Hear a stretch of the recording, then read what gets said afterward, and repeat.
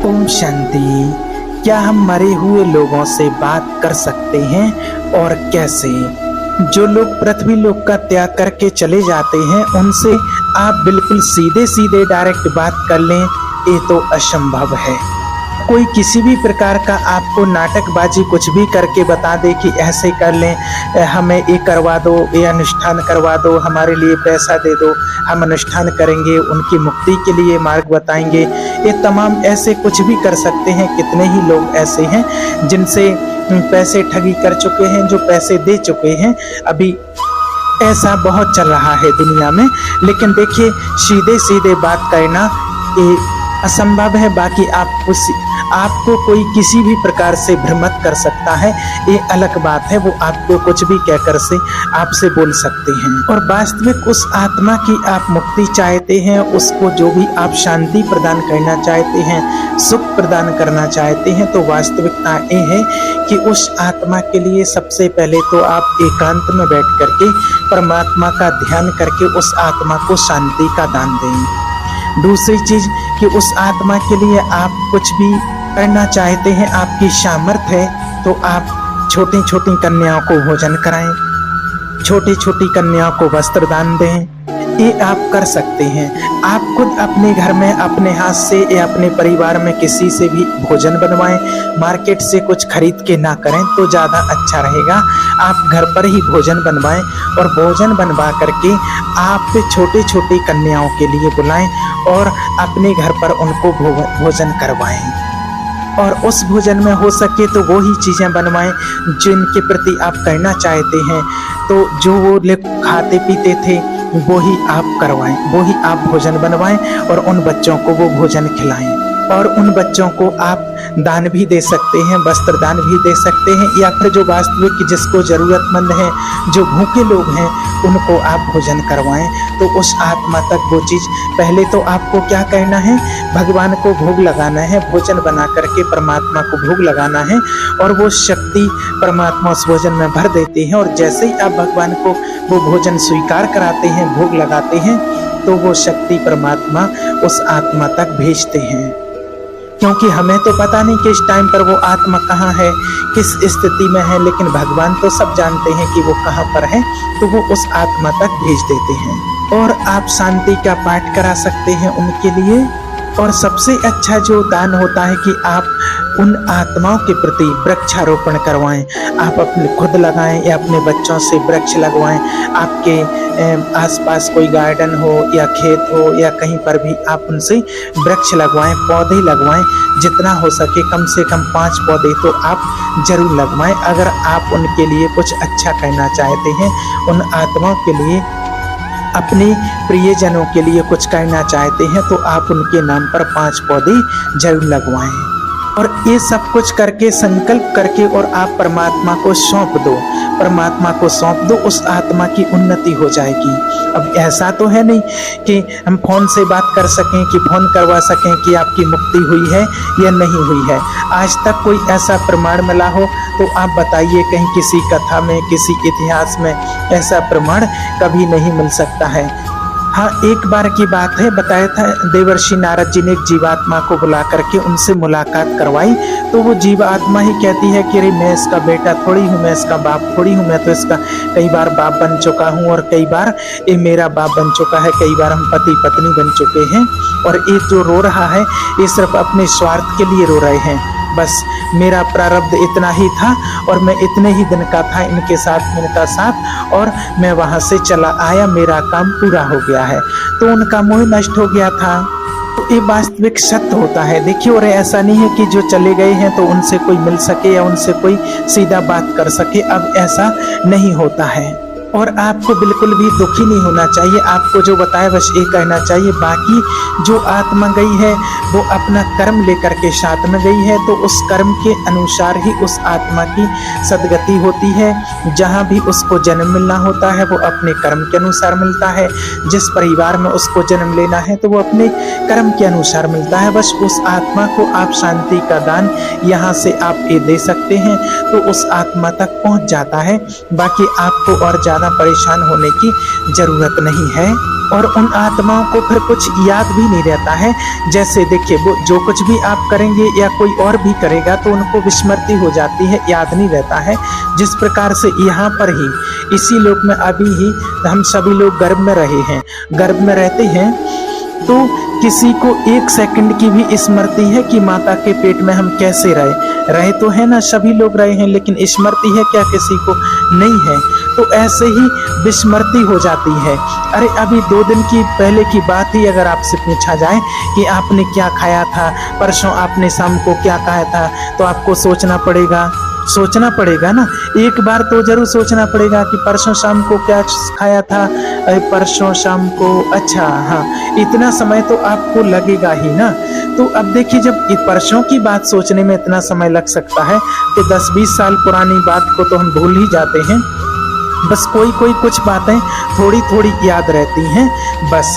तो देखिए, जब यहाँ से आत्मा शरीर छोड़ करके जाती है, यहाँ से शरीर छोड़ते हैं तो हमारा सारा, तो जब शरीर छोड़ते हैं तो हमारा शरीर राख सब कुछ यहीं पर छूट जाता है, यहीं पर हम छोड़ करके चले जाते हैं। अब वहाँ शरीर परिचय नहीं चलता है कि वहाँ पर कौन आ गया है, नाती पोता आ गया है, ये आ गए हैं, ये आ गया है, नहीं। वहाँ तो सब विस्मृत हो जाता है, सब अपने अपने कर्मों का फल भोगते हैं। देखिए, अभी जो हमें जन्म मिला है, इसके पहले भी पूर्व जन्म में हम इसी पृथ्वी लोक पर कहीं ना कहीं तो हम थे, लेकिन हमें तो कुछ भी याद नहीं है कि हम कहाँ थे, कैसे थे, किस रूप में थे, क्या था क्या नहीं था, कुछ पता नहीं है। यही नया जन्म हुआ और नए सारे संबंधी सब कुछ बन गए हैं और हमारी पहचान हो गई है। तो ऐसे ही जो पुराना शरीर छूटता है तो वहाँ सब कुछ छोड़ करके हम आ जाते हैं।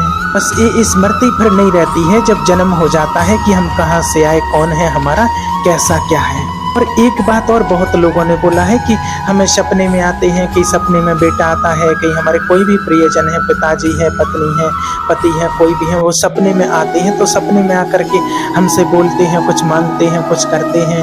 तो देखिए, एक कुछ भी नहीं होता है ऐसा। ये सब कुछ जो क्रिया होती है वो हमारी मन की होती है, मन के सिवाय और कुछ नहीं होता है, सिर्फ मन ही होता है।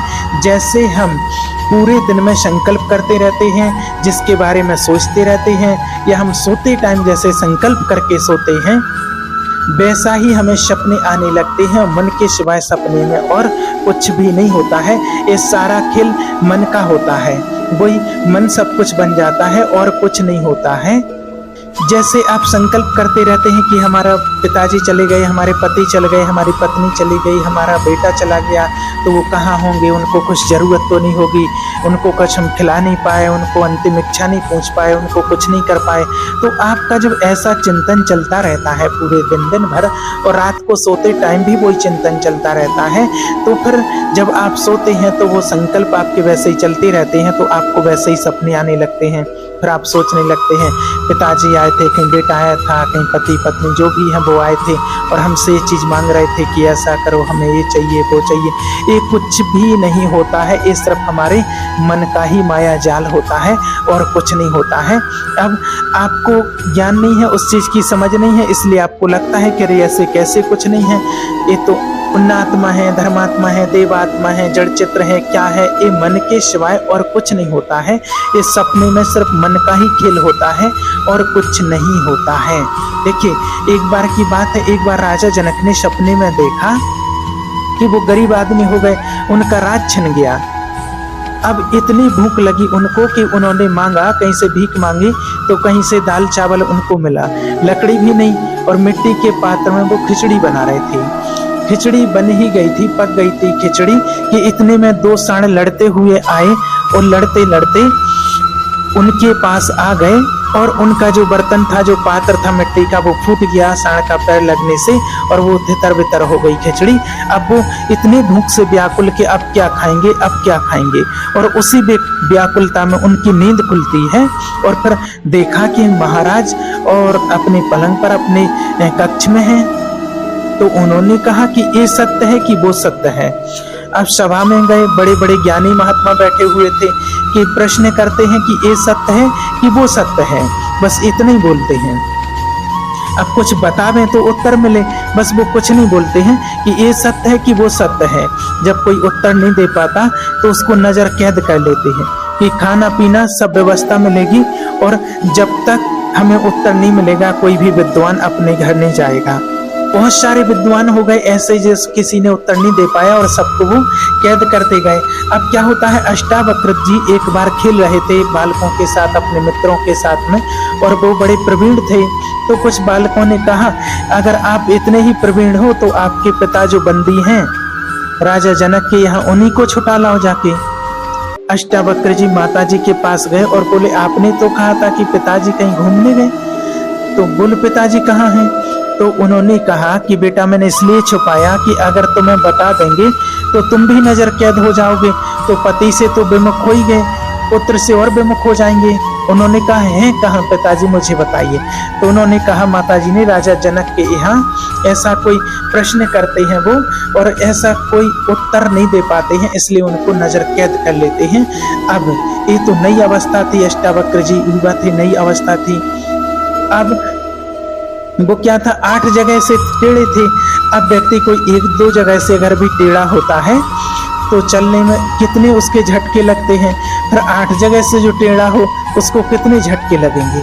अब जैसे ही वो उनकी सभा में पहुंचे, राजा जनक की सभा में पहुंचते ही साथ, और सभी लोग हंसने लगे।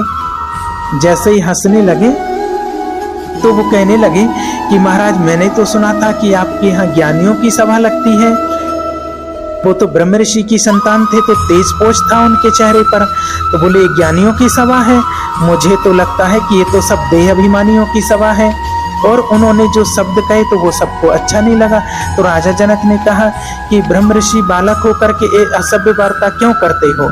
तो और भी ऋषि ऐसा कहने लगे। तो उन्होंने कहा कि हमें उत्तर दीजिए कि तुम हंसे क्यों हो, आपको हंसी क्यों आई है?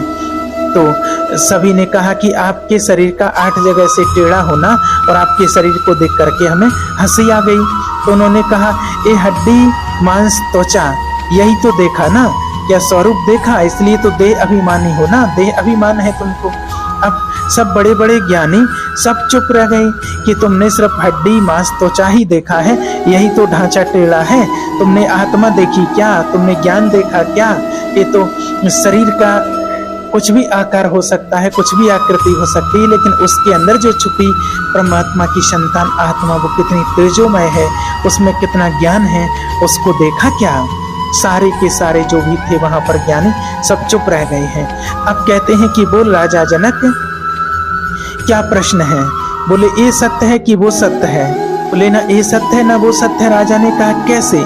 बोले जब तुम जग रहे थे राजन, तब तुम्हें सपना पूरा झूठा नजर आया, जो देखा है सपने में, और जब सपने में थे तो जागृत पूरा झूठा हो गया, क्योंकि सैया पर राज्य सैया पर पड़े हुए थे, ये झूठा हो गया। और जब जग रहे थे और तब वो तुम्हारा सपना झूठा हुआ। तो ना ये सत्य है ना वो सत्य है। उनको राजा को तो यही लग रहा था कि मैं सपने में भिखारी बना हूँ, भीख मांग रहा हूँ, तो मैं भिखारी बना वो सत्य है या राजा बना वो सत्य है? तो उन्होंने कहा ना ये सत्य है ना वो सत्य है।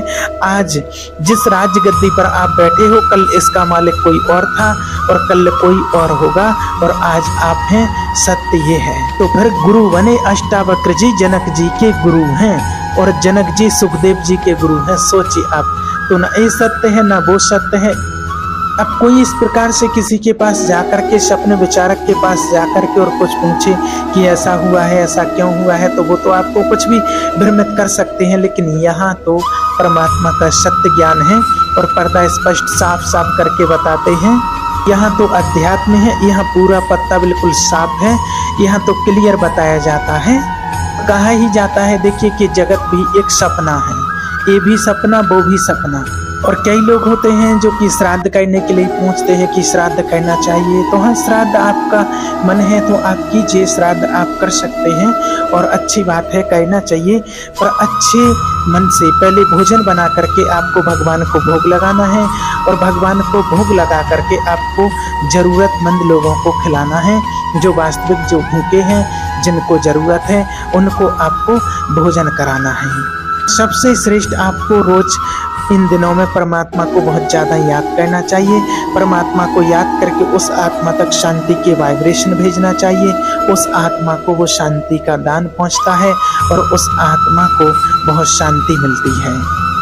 और आप जब मेडिटेशन करते हैं, भगवान का ध्यान करते हैं, नाम जप करते हैं, तब वो शक्ति उस आत्मा तक पहुंचती है और आपको बस भगवान को याद करना है, ध्यान करना है। बाकी वो आत्मा जहाँ होगी, परमात्मा उस आत्मा तक आपकी वो शक्ति, वो दुआएं पहुंचा देंगे।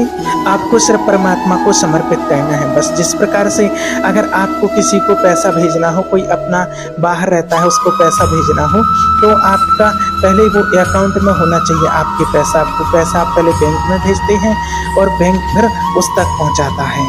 ऐसे ही जो भी अपना पुण्य है, जो भी आप करना चाहते हैं, वो आप परमात्मा को समर्पित कीजिए। फिर प्रार्थना कीजिए परमात्मा से कि वो जीव कहाँ है, तो वो परमात्मा फिर उस आत्मा तक वहाँ पहुँचा देंगे और वहाँ जहाँ भी वो आत्मा होगी, आपका पुण्य उस आत्मा तक पहुँच जाएगा। इस प्रकार से आपको ये विधि करनी है। बाकी और किसी की भ्रांतियों में किसी भी प्रकार का और कोई कदम ऐसा नहीं उठाना है। सबसे अच्छा श्रेष्ठ उस आत्मा तक शांति का दान पहुंचाने के लिए आप भगवान को दिल से याद कीजिए और आपके आसपास गार्डन में कहीं उनके लिए पौधा लगवाइए, वृक्षारोपण करवाइए, 2-5 पौधे आप जरूर लगवाइए। ओम शांति।